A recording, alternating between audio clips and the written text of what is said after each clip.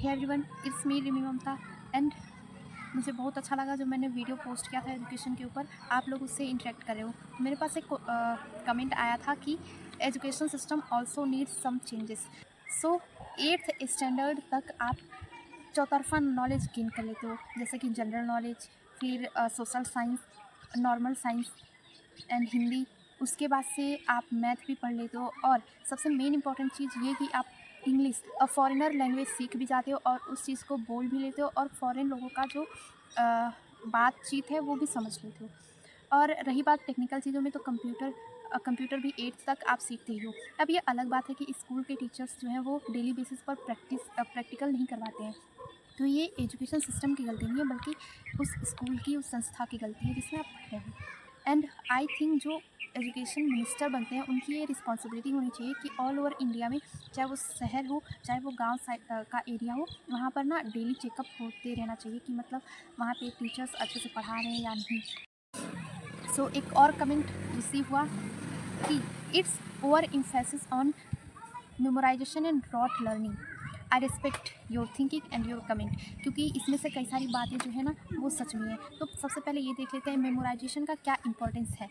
तो जैसे कि सब लोग कंपेयर करते हैं आज के एजुकेशन सिस्टम और वैदिक पीरियड के एजुकेशन सिस्टम को, तो हम भी इस चीज़ को कंपेयर कर लेते हैं फॉर फेयर यूज़। तो अब एक एग्जांपल लेते हैं बहुत बेसिक सा, कर्ण एंड अर्जुन जी का। तो उनके जो गुरु थे उनको कुछ मंत्रास सिखाए थे फॉर फाइटिंग या किसी भी चीज़ के लिए। तो अगर हम बात करें कि उसका यूज़ करने की बारी आई, मान लीजिए कि पहले भी यूज़ किए होंगे, लेकिन हम डायरेक्ट मान रहे हैं, ठीक है, वॉर में इतने साल बाद अगर अर्जुन को वो चीज़ याद नहीं रहता, वो मंत्र याद नहीं रहता, तो वो उसका यूज़ नहीं कर पाते। और वहीं पर रही बात, जब कर्ण जी की बात आती है, तो वो जो मेमोरी होता है ना, मेमोराइजेशन पावर होता है, वो लॉस्ट हो जाता है उनका, और इस वजह से वो अपनी शक्तियों का, अपने नॉलेज का यूज़ नहीं कर पाते हैं। तो इस चीज़ से आपको बहुत अच्छे से क्लियर हो गया होगा कि मेमोराइजेशन का कितना ज़्यादा इंपॉर्टेंट रोल है हमारे एजुकेशन सिस्टम में। सो आई डोंट थिंक कि जो मेमोराइजेशन वाला कॉन्सेप्ट है वो किसी भी तरह से बैड या नॉट इफ़ेक्टिव है, ठीक है। और रही बात रॉट लर्निंग की, तो गाइस चलो, जो ग्रामर, हिंदी ग्रामर में हम एक गेम खेला करते थे, उसी को रिकॉल किया जाए। मैं आपसे एक वाक्य बोल रही हूँ, उस वाक्य को आप किसी और से बोलें, और वो वही सेंटेंस वो किसी और से बोलो, फिर वही वाला सेंटेंस वो किसी और से, वो किसी और से, और वो किसी और से, और जब तक घूम करके वो सेंटेंस आप तक पहुँचेगा, आप देखेंगे कि उसमें ह्यूज चेंजेस आ चुके होते हैं। अगर आप 12th तक पढ़ चुके हो तो आपको इतना पता होगा, सिर्फ एक वर्ड, एक टर्म चेंज कर देने से पूरा का पूरा डेफिनेशन, पूरा का पूरा टॉपिक चेंज हो जाता है। सो अब आपको ये भी समझ में आ चुका होगा कि रॉट लर्निंग की कितनी इंपॉर्टेंस है, और जिस चीज़ को जितनी बार आप लिखोगे उतनी अच्छे से आपको क्लियर होती है वो चीज़, वो बातें। और अब उसके बाद से आता है कॉम्पिटिटिव एग्ज़ाम्स। तो उसमें आपके कॉन्सेप्ट कितने क्लियर हैं और कितनी अच्छी आपके पास नॉलेज है, उस बेसिस पे क्वेश्चन दिया जाता है। जैसे मान लो नीट का मैं एक क्वेश्चन दे रही हूँ, लेकिन नीट के लेवल का नहीं, नॉर्मल सा। चलो, एक आपको स्टेटमेंट पढ़ाया जा रहा है कि Ram is good boy but Aman is not because he don't goes to school, ठीक है। अब इसमें से मैं आपको क्वेश्चन, दो स्टेटमेंट देती हूँ, उसमें से आपको बताना रहेगा कि स्टेटमेंट ए सही है या बी सही है या फिर दोनों सही है। तो first statement is Ram is good boy, and second is Aman is not good boy because he goes to school. अब बताओ, जो पहला स्टेटमेंट है राम इज़ गुड बॉय, वो तो सही हो गया, बट सेकेंड वाले स्टेटमेंट में था Aman is not good boy because he goes to school. हमने समझा था कि जो स्कूल नहीं जाता है, अमन स्कूल नहीं जाता है, तब वो बैड बॉय है, लेकिन इसमें था स्कूल जाता है तब बैड बॉय है, तो ये वाला तो रॉन्ग हो गया। जब आप समझे रहोगे तभी इस चीज़ को अच्छे से कर पाओगे। अभी ये तो नॉर्मल सा क्वेश्चन था, तो इसमें हो सकता है आपको कोई भी कन्फ्यूजन ना हुआ हो, लेकिन यही चीज़ जब अच्छे लेवल पे, जब सब्जेक्ट लेवल पे जाता है, तो यही चीज़ बहुत सारा कन्फ्यूज़न क्रिएट कर देता है, अगर आप उस टॉपिक को समझ के नहीं जाते हो तो। और रही बात anxiety attacks, low self confidence, depression और सुसाइडल टेंडेंसीज ऑफ स्टूडेंट, तो ये ना एजुकेशन सिस्टम की वजह से नहीं, बल्कि ये जो सोसाइटी है उसकी वजह से है। अब मान लो शर्मा आंटी आ रही हैं और वो बोल रही हैं कि मेरे बच्चे का जो मार्क्स है वो 90% आया है, और आपके बच्चे का क्या। तो अगर आपके पेरेंट्स ये बोलें सिर्फ 89% किया है, दिन भर मोबाइल देखता था, ये करता था, वो करता था, पढ़ता था, पता नहीं क्यों इतने कम नंबर्स आए, तो कहीं ना कहीं आपके पेरेंट्स भी इस चीज़ के लिए जिम्मेदार हैं। और अगर दूसरा केस है कि आप जो शर्मा आंटी आ रही हैं, उन्होंने बोला मेरा बच्चा 99.9% मार्क्स लेके आया, आपके बच्चे का क्या हाल है, आपके पेरेंट्स को रिप्लाई देना चाहिए, ठीक है, पास तो हो गया, 89% से पास हुआ है, एंड नेक्स्ट टाइम ये और मेहनत करेगा तो शायद और ऊपर तक जा सकता है। अगर आपको ऐसी परवरिश मिल रही है तो यस, दैट्स गुड। लेकिन जो सोसाइटी है, आई डोंट थिंक स्टूडेंट्स को मार्क्स के बेसिस पे जज करना कभी छोड़ सकती है। So I think we are youth, हम इस चीज़ को चेंज नहीं कर सकते बट अंडरस्टैंड कर सकते हैं और इस चीज़ में सर्वाइव करने की कोशिश कर सकते हैं, क्योंकि सिर्फ हम ऐसे नहीं हैं, हमारे जैसे लाखों हज़ारों पता नहीं कितने स्टूडेंट्स हैं।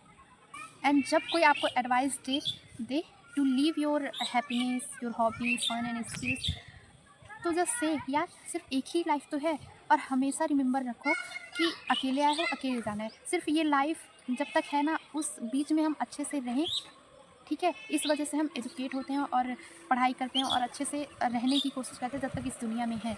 सो ऐसा कभी मत करो कि किसी चीज़ को, यानी एजुकेशन के लिए या किसी और चीज़ के लिए, दूसरों को हैप्पी करने के लिए ना, अपनी हैप्पीनेस को तुम त्याग। और रही बात स्कूल्स और करप्टेड टीचर्स की, ये तो सबकी प्रॉब्लम है। और अगर मैं अपनी बात करूँ तो जब एग्ज़ाम्स होते थे तो जो चीज़ मैं समझ रही थी उस चीज़ को अपनी लैंग्वेज में लिखती थी। कभी रटा रटाया चीज़ मैंने एग्ज़ाम के अंदर नहीं लिख के आया और मेरे मार्क्स भी कम आ जाते थे। इस और ट्रस्ट मी, जब मैं 12th में थी, 6 मंथली एग्ज़ाम था, तो उस टाइम मेरे जो मार्क्स थे केमिस्ट्री में 15 आए थे, और जो मेरे क्लास टीचर थे ही वाज शोइंग मी, लो ये हम क्लास टीचर हैं, हम केमिस्ट्री के टीचर हैं और हमारे सब्जेक्ट में ही बच्चा सिर्फ 15 मार्क्स लेके आ रहा है। एंड एट दैट टाइम सबको होप, किसी को भी होप नहीं था कि इसका नंबर ज़्यादा हो जाएगा या फिर पढ़ने वाली बच्ची होगी, कि इतना रियलिटी तो हमें भी पता है, मार्क्स के बेसिस पे जज तुरंत हो जाते हैं student. But I was top 3rd और 4th rank in my board examination in class 12th by 81%। अब ऐसा इसीलिए हुआ क्योंकि in the era of 2023 the exam pattern was changed from रट्टाफिकेशन to the conceptual understanding. Means जो भी students या जो भी टीचर्स ऐसे बोले थे कि जो पिछले साल से रिपीटेड क्वेश्चन था वही वाला आया था, या फिर ये इंपॉर्टेंट मोस्ट इंपॉर्टेंट क्वेश्चन है, इसको पढ़ लो ये आएगा, तो ऐसा कुछ भी नहीं था। Paper pattern was extremely tough guys. और ट्रस्ट मी, जो केमिस्ट्री का क्वेश्चन पेपर आया था बोर्ड एग्ज़ाम में, तो वो कुछ ही था जो मीन्स मेमोराइजेशन के बेसिस पर था, बाकी सारा कुछ कॉन्सेप्चुअल था, सारा अंडरस्टैंडिंग के बेसिस पर था, सारा का सारा question. And I was happy, और आई डोंट केयर कि मेरे स्कूल में मार्क्स कितने आए, कैसे आए, मेरे को मेरे नॉलेज, मेरे इन्फॉर्मेशन के हिसाब से बोर्ड एग्जामिनेशन में अच्छे मार्क्स आए। एंड गाइज लास्ट में मोस्ट इंपॉर्टेंटली मैं ये कहना चाह रही हूँ, जो गोरखपुर है, गोरखपुर के रूरल एरिया में SRCM इंटर कॉलेज, जहाँ से मैं पढ़ के निकली हूँ, वहाँ पे जो MD सर हैं, जो स्कूल के प्रबंधक हैं, वो हमेशा ना टीचर्स को चेंज कर देते थे। अगर टीचर अच्छे से पढ़ा नहीं पा रहा है स्टूडेंट्स को तो वो चेंज कर देते थे।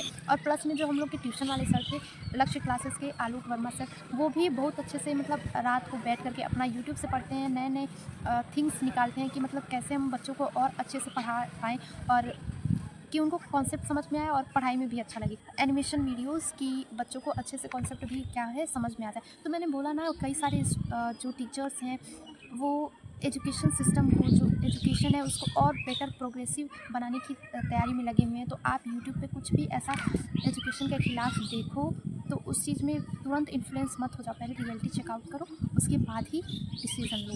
सो स्टूडेंट्स, हमारी ये रिस्पॉन्सिबिलिटी है कि ऑनलाइन किसी की भी बातों में ना आकर के हम अपना फ्यूचर प्लस में भारत माता का जो फ्यूचर है वो ख़राब ना करें। कुछ भी करो गाइस, किसी भी फील्ड में जाओ, सब कुछ परफेक्ट है बट बी प्रोग्रेसिव। और सबसे लास्ट में सिर्फ एक क्वेश्चन मैं पूछना चाहूँगी, जो APJ अब्दुल कलाम सर थे या फिर जो बड़े बड़े साइंटिस्ट या कोई लोग हुए हैं जो पढ़ के निकले हैं, पढ़ के अपने फील्ड में अच्छे से गए हैं, तो क्या उस टाइम पे एजुकेशन सिस्टम जो था वो बहुत अच्छा था क्या? सिर्फ वर्ल्ड कप जीत लेने से इंडिया का नाम रोशन नहीं होता, बल्कि पढ़ लिख करके मून पे सॉफ्ट लैंडिंग कराने से भी इंडिया का नाम रोशन होता है guys. So please just be mature and be progressive. मिलते हैं नेक्स्ट वीडियो में। Thanks for watching.